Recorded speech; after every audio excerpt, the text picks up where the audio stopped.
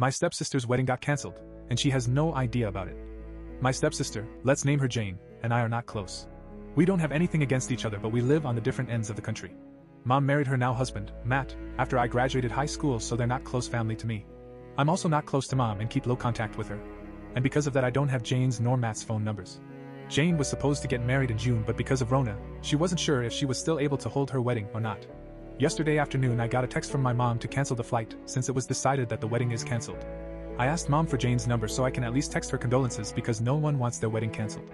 I really felt bad for her, and wanted to at least say something. Mom told me straight up, don't text her. This raised a small flag for me, and I asked why can't I text her condolences. Mom ignored my previous text and told me that Matt started the cancellation process for the reservations. I asked if she knew that her dad is cancelling the reservations. Mom said she is still hoping, but it's too dangerous. Apparently Matt started to cancel reservations without telling Jane, and she is still thinking to this day that there will be a wedding in June. And since I can't contact her, I can't tell her what's going on. This is messed up in my view, but Mom and Matt think it's fine. Even if it is Matt's money, at least tell Jane that there won't be a wedding instead of leaving her thinking it's still on. Relevant comments. That absolutely stinks. Your mother and stepfather are being incredible jerks here. If you're not able to contact your stepsister through Facebook, do you have the name and location of the place where she was to get married? Perhaps you can contact her via the venue? OP. I know that they are major jerks, and whenever I tried to call them out on it, they would gaslight me and try to defend their actions. For example, Mom and Matt once visited and decided to stay in my apartment. While I was at work, she thought it was a good idea to throw some of my clothes away. When I asked her about it, Matt was there and said that I'm a classy lady that needs to wear conservatively. This is why I keep low contact with them. But contacting the venue is a good idea. I'll try that. Update. I didn't think my original post would get so many responses and gave suggestions on how to find her. Thank you all for the help. Some have told me that it's none of my business, and I should have done nothing, and that might be true, but I've emailed her, and I can't undo that.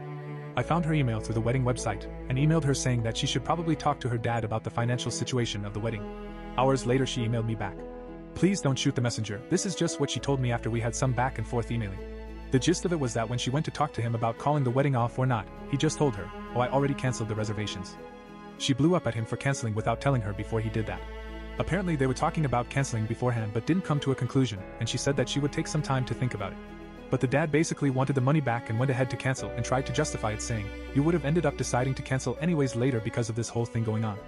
She didn't give me details, but they argued a lot, and somehow came to the conclusion of Jane kind of giving up and saying fine. Matt then offered to pay for a rescheduled wedding for just the bride and groom and the parents, which is a huge change from the original 200 plus people and over $70,000 wedding cost. She is very upset with it, which is understandable since it's her day. She wanted an actual wedding with more people than just parents. I asked if the other guests knew about the cancellation, and she said she'll send a mass email this weekend when she cools down a bit. I think she's still very emotional, so I'm not going to bother her with emails anymore, and just gave her my condolences after that. She did thank me for trying to look out for her even though we aren't close. I don't know if she name-dropped me in front of them, but I haven't gotten an angry text yet from Mom. I can't give any other details of what happened since this is all I know and don't want to bother her anymore.